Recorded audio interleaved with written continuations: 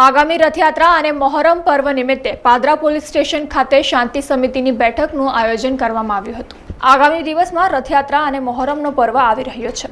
આ બંને તહેવાર શાંતિથી અને કોમી એકલાસભર્યા વાતાવરણમાં ઉજવાય તે માટે પાદરા પોલીસ દ્વારા પોલીસ સ્ટેશન ખાતે શાંતિ સમિતિની બેઠકનું આયોજન કરવામાં આવ્યું હતું, જેમાં પાદરાના પીઆઈ એલબી તડવી, નગરના આગેવાનો પરેશ ગાંધી, સચિન ગાંધી, નયન ભાવસાર સહિત મુસ્લિમ બિરાદરો ખાસ હાજર રહ્યા હતા। બેઠકમાં આવનારી રથયાત્રા શાંતિમય માહોલમાં પાદરામાં નીકળે અને કાયદો અને વ્યવસ્થા જળવાઈ રહે તે બાબતે ચર્ચા કરવામાં આવી હતી। બીજી તરફ ડ્રગ્સ અવેરનેસ બાબતે પણ ચર્ચા કરવામાં આવી હતી અને વિશેષ કરીને આજથી નવા કાયદાનું અમલીકરણ થતાં બેઠકમાં તમામને સમજ પણ આપવામાં આવી હતી। આજે પાદરા પોલીસ સ્ટેશનની અંદર શાંતિ સમિતિની મિટિંગ રાખવામાં આવી હતી। સાથે પાદરાના 3 અન્ય મુદ્દાઓ હતા, જે આપણો તહેવાર હિન્દુ સમાજનો રથયાત્રા, મુસ્લિમ સમાજનો મોહરમ અને સાથે સાથે આજથી સરકારે જે નવા કાયદાની કલમો જે બદલી છે, એટલે આજથી જે કલમોને સુધરીને આજથી કલમો જે ચાલુ થશે એના માટે ખરેખર આજે એઆઈ સાહેબે અમને સમજણ પાડી છે। એ ખરેખર પબ્લિક અને સમાજ માટે બહુ સારી વાત છે। સરકારે જે પણ નિયમો કાયદાના નવા બનાવ્યા છે, જે ખાસ કરીને મર્ડર કેસો, બલાત્કાર કેસો અને 18 વર્ષની નીચે જે પુખ્ત નાની ઉંમરની છોકરીઓ પર જે રેપ થાય છે એની અંદર ખરેખર સરકારે એની અંદર સજા વધારવામાં આવી છે।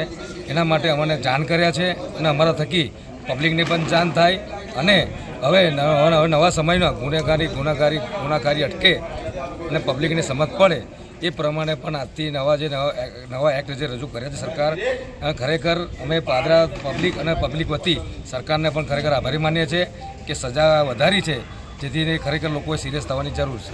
પોલીસ સ્ટેશનમાં આવનાર ભગવાન જગન્નાથજીની રથયાત્રા તેમજ મોહરમના તહેવાર નિમિત્તે અને નવા કાયદાના અમલવારીના જનજાગૃતિના પ્રસંગ નિમિત્તે અત્રેના પોલીસ સ્ટેશનમાં હિન્દુ મુસ્લિમ આગેવાનોની, અધર આગેવાનોની પણ મિટિંગ રાખવામાં આવી અને આ મિટિંગમાં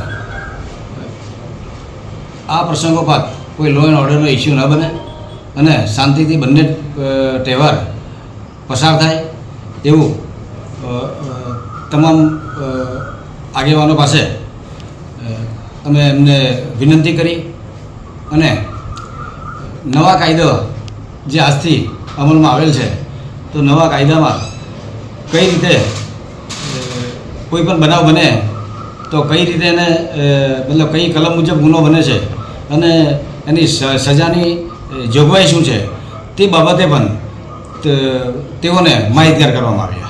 સમાચારોના સતત અપડેટ માટે TNN ન્યૂઝને YouTube પર સબસ્ક્રાઇબ કરી બેલ આઇકોન પ્રેસ કરો અને અમારી સાથે જોડાયેલા રહો Facebook, Instagram અને Twitter ઉપર।